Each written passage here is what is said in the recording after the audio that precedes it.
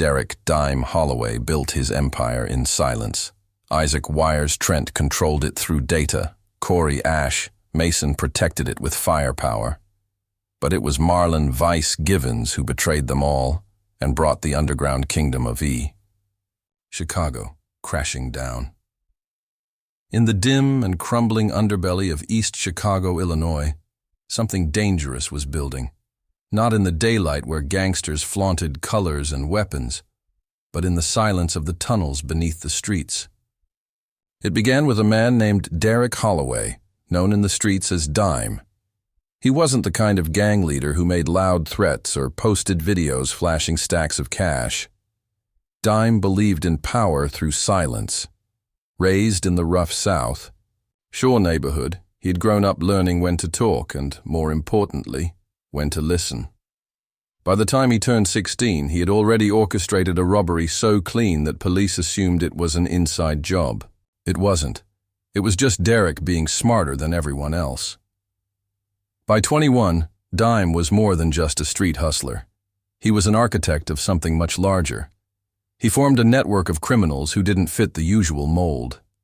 They weren't reckless, they weren't flashy, and they never left a trail. This group became known as the Hollow Kings, a gang that operated beneath the city's surface, quite literally. They took over abandoned rail lines, forgotten storm tunnels, and sealed-off basements. These dark paths became highways for trafficking drugs, weapons, and secrets. To build his empire, Dime recruited people with skills. He didn't want soldiers. He wanted specialists. The first was Isaac Trent, known as Wires.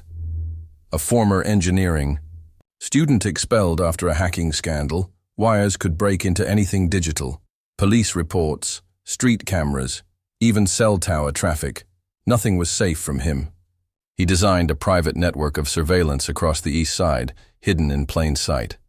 Wires wasn't interested in violence, but he knew that information was power. With him, Dime could watch his enemies before they even made a move. Next was Corey Mason, or Ash.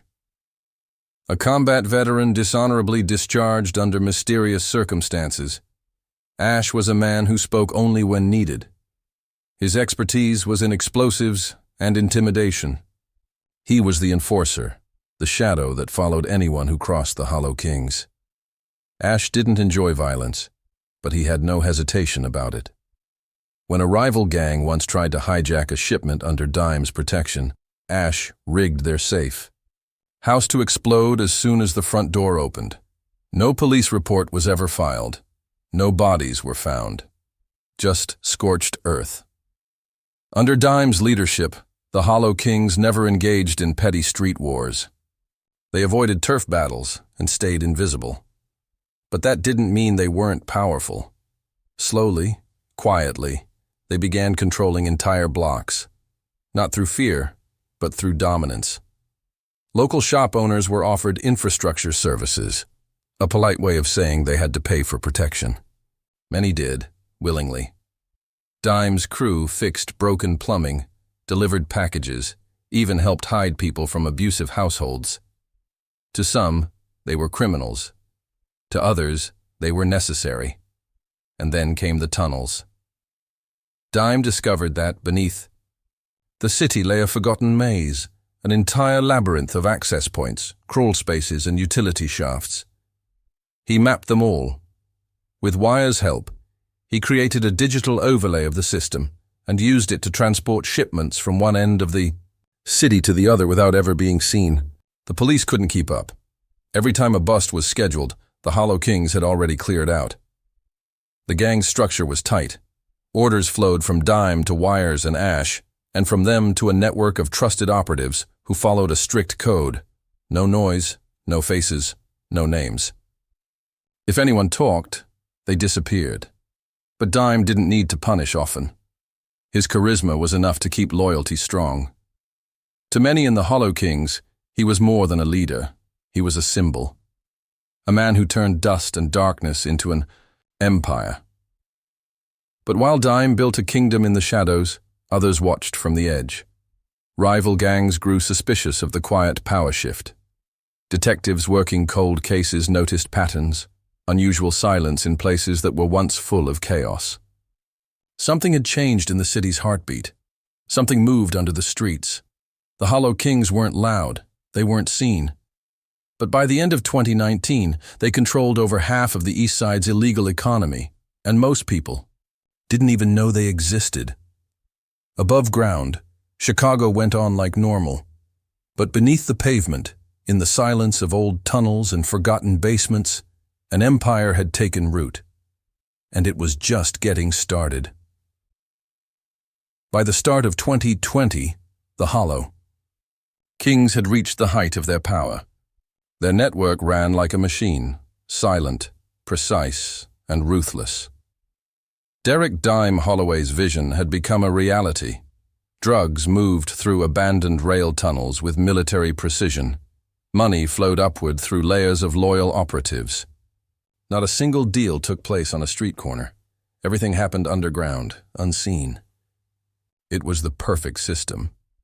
But perfect systems don't stay that way forever.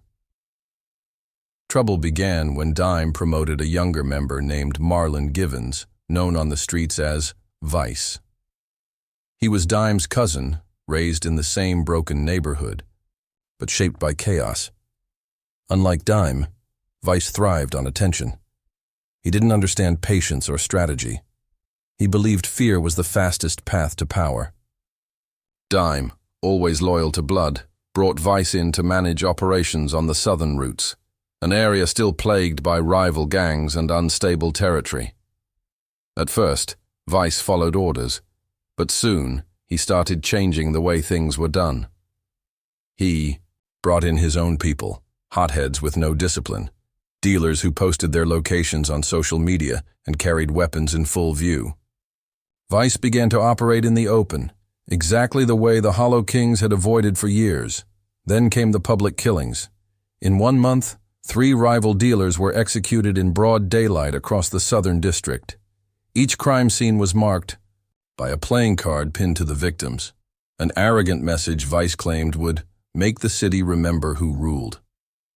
The streets buzzed with talk of the Hollow Kings finally stepping out of the shadows. But Dime wasn't celebrating. He saw something dangerous taking root. His empire, built on silence, was starting to make noise. Wires, the gang's digital architect, noticed something worse. Their secure network, the digital map of the tunnels, the payment logs, and surveillance systems, was being accessed at odd hours. He traced the activity back to a hidden access point in an old church basement. It was a location only a handful of people knew. Someone inside was rerouting shipments, stealing resources, and wiping the logs to cover their tracks. Wires brought the information to Dime immediately. The data didn't lie. Someone was betraying them from within. Ash, the gang's cold and calculating enforcer, reviewed the findings and came to one conclusion. Vice was the traitor. Dime wasn't convinced. He refused to believe family could turn on him. He ordered Ash and Wires to continue monitoring Vice, but not to confront him. Yet, it was a decision Dime would come to regret. Vice, sensing that his actions were drawing suspicion, started consolidating power. He quietly replaced Dime's old lieutenants with loyalists. He spread false rumors that Dime was losing control, that he was too cautious, too slow for the new generation. His charisma drew in the younger members who craved faster money and more recognition. Meanwhile, law enforcement had begun taking notice. The Chicago Police Department launched a covert task force with federal support. Dubbed Operation Tunnel Light, its mission was to locate and dismantle the hidden infrastructure Dime had built. But they didn't know where to look until Vice, hungry for control, started slipping information to an anonymous source in exchange for immunity guarantees. He was playing both sides, setting the stage to bring down Dime and step in as the untouchable face of the empire. Dime, isolated and betrayed, started losing grip. Ash remained loyal, but was growing impatient. He believed decisive action was needed. Vice had to be removed. But Dime hesitated again. The silence that once protected him had become a weakness. He refused to act without proof, and while he waited, Vice grew bolder. One night, an entire shipment of weapons vanished, not a trace left behind. When Wires checked the surveillance, he found the feeds had been wiped clean. Whoever did it had inside access. Ash didn't need more evidence. He told Dime that the war had already begun, whether they admitted it or not. Still, Dime clung to the idea that the Hollow Kings could be repaired, that Vice could be pulled back in. But the system that Dime had spent years perfecting was no longer his. The roots of betrayal had spread too deep. As the days passed, the air in the tunnels grew colder. The codes stopped working. Lockboxes were found empty. And whispers filled the silence. Whispers of a coming storm, one that would bury the old empire and replace it with something far more violent. The collapse had begun, and it wouldn't be silent. The city shook on a cold December night in 2021 when a massive explosion tore through an abandoned warehouse near the east side. The blast could be heard for miles. 3 bodies were recovered, burned beyond recognition. Dozens more were injured in the surrounding area. For most, it was a tragedy, written off as another act of senseless urban violence. But for those familiar with the shadowy world of the Hollow Kings, the explosion was something more. A message. The warehouse had once been used by the Hollow Kings to store weapons and supplies. More importantly, the detonation pattern matched the signature of Corey Ash Mason, the gang's long-standing explosives expert. But Ash hadn't been seen in weeks. He had vanished without a trace, right before the blast. Some thought he'd gone rogue. Others feared he'd been killed. But the truth was far darker. Just days after the explosion, a video surfaced, not on mainstream media, but on an encrypted server frequented by deep web traffickers and digital criminals. The footage was grainy, the lighting poor. In the frame sat Ash, tied to a metal chair in a basement with concrete walls. Blood ran from his face. Behind him stood a masked figure in a dark hoodie. A distorted voice spoke just one sentence. "This is what happens to ghosts who betray their kings." The footage sent a ripple of fear through what remained of the Hollow Kings. Ash, once the enforcer, had been captured, tortured, executed, and not by the police or a rival gang. It was internal. The execution was deliberate, theatrical. Statement. Derrick "Dime" Holloway watched the video in silence from his secure location beneath an old train depot. His empire, once silent and organized, was now spiraling into chaos. The gang that once ruled the underground was eating itself alive. Wires worked around the clock to trace the video's origin. Using metadata and rerouted IP logs, he pinpointed the upload location. One of their own underground bunkers on the south end, a restricted area known only to Dime, Wires, and Vice. Dime didn't speak. He didn't have to. Wires had confirmed what he already feared. Vice had declared war. Vice had built a following within the gang, younger, ruthless recruits who had no respect for the old ways.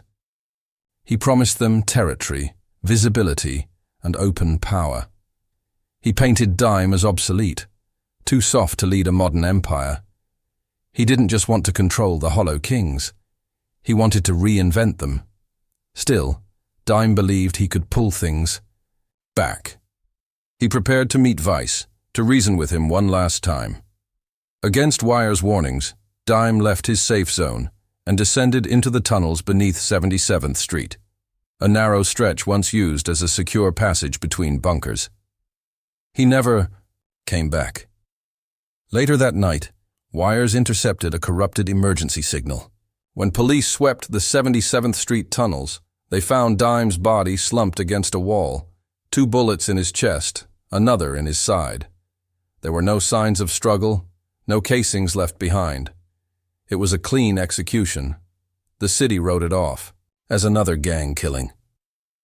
One more name added to the endless list of Chicago's underground victims. but the people who lived and breathed the tunnels knew what had happened. The king had been overthrown. Vice stepped into power immediately.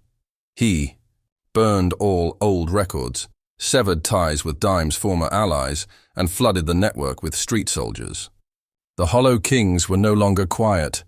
They were loud, bloody, and reckless. Territory wars erupted almost overnight.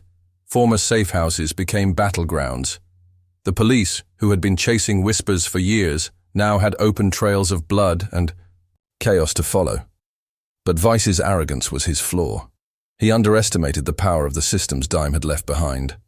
Wires, driven by guilt and anger, stayed hidden and began quietly collecting data, records, maps, audio logs, everything Vice thought had been erased. Wires wasn't a fighter. He wasn't built for the streets, but he was the last architect of Dime's empire, and he understood the tunnels better than anyone. Vice had won the crown, but in doing so, he had awakened something older, colder, and more dangerous, the very infrastructure that Dime had spent years crafting. The city above had descended into violence, but below, in the silence of the deep, a different kind of revenge was beginning to take form. Winter settled over Chicago like a heavy, silent blanket. Snow covered the city above, but beneath the frozen streets, in the dim, humid maze of tunnels, something stirred, something calculated and cold. Wires, the last loyal remnant of the Hollow King's original structure, was no longer hiding. He was building something, not a gang, but a reckoning. He knew he couldn't match Vice's brutality. Vice ruled now with raw violence, flooding the streets with reckless recruits, loud takeovers, and public executions. The Hollow Kings had transformed from a silent empire to a monstrous gang, whose name was now splashed across headlines and police briefings. But Vice didn't realize the price of exposure. The more noise he made, the more eyes turned toward him. The FBI, DEA, and Chicago PD had formed a multi-agency task force. They didn't just want to disrupt the gang. They wanted to destroy it entirely. Wires had quietly reached out to an old contact, a deep-cover informant embedded within the city's organized crime division. In exchange for full immunity and anonymity, Wires offered something that no one else had: the entire map of the tunnel system, the real-time movements of Vice's people, and audio recordings of internal planning meetings. He had recorded everything. Vice, in his arrogance, had assumed the systems were his now, but Wires had built-in backdoors, undetectable to even the most advanced surveillance checks. Every word, every location, every transaction, Wires had it all. But this wasn't about helping the police. It was about dismantling Vice piece by piece. The first strike came without warning. A weapons shipment traveling through a tunnel under South Shore vanished. No trace left behind. 2 days later, a drug drop in a former laundromat bunker was intercepted by a SWAT team acting on an anonymous tip. One by one, the arteries of Vice's operation began to collapse. Vice, furious and paranoid, ordered sweeping purges. He accused lieutenants of betrayal, executed them in front of their crews, and sent violent crews to root out the mole. But he looked in the wrong places. He searched among his visible enemies, never realizing the true danger was beneath his feet, watching, recording, and guiding his destruction like a shadow puppeteer. Then came the final blow. Using his backdoor access, Wires triggered a silent alarm in a decommissioned railway tunnel that Vice had converted into a secure vault. Vice himself was on site that night, overseeing the movement of cash and weapons. Minutes later, without warning, a team of federal agents stormed the tunnel from both ends. They had every layout, every entry point, every escape path mapped out in advance. Vice tried to run, but was cornered in a narrow access shaft behind a stack of crates. He fought back, even managed to injure one of the agents, but in the end, he was dragged out in handcuffs, bloodied and screaming.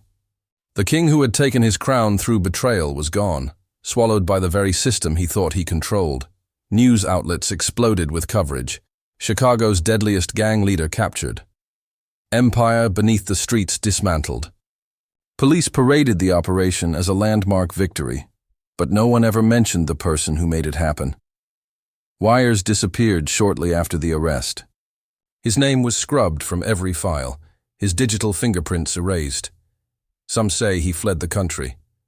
Others believe he still lives in the tunnels, protecting the last remnants of the empire he helped build. A ghost in the wires, always watching. The Hollow Kings didn't survive. The new generation tore apart what the old had built, but their story lived on. Not in graffiti or music or street legends, but in silence. The city above moved on. Lights blinked back on in the neighborhoods once ruled by fear. Children played outside again. Stores reopened. To most, it seemed like peace had returned. But deep below the streets, where the air still smells of dust and decay, the memory of what once ruled lingers. Tunnels remain. Paths still hidden beneath the concrete still hold secrets.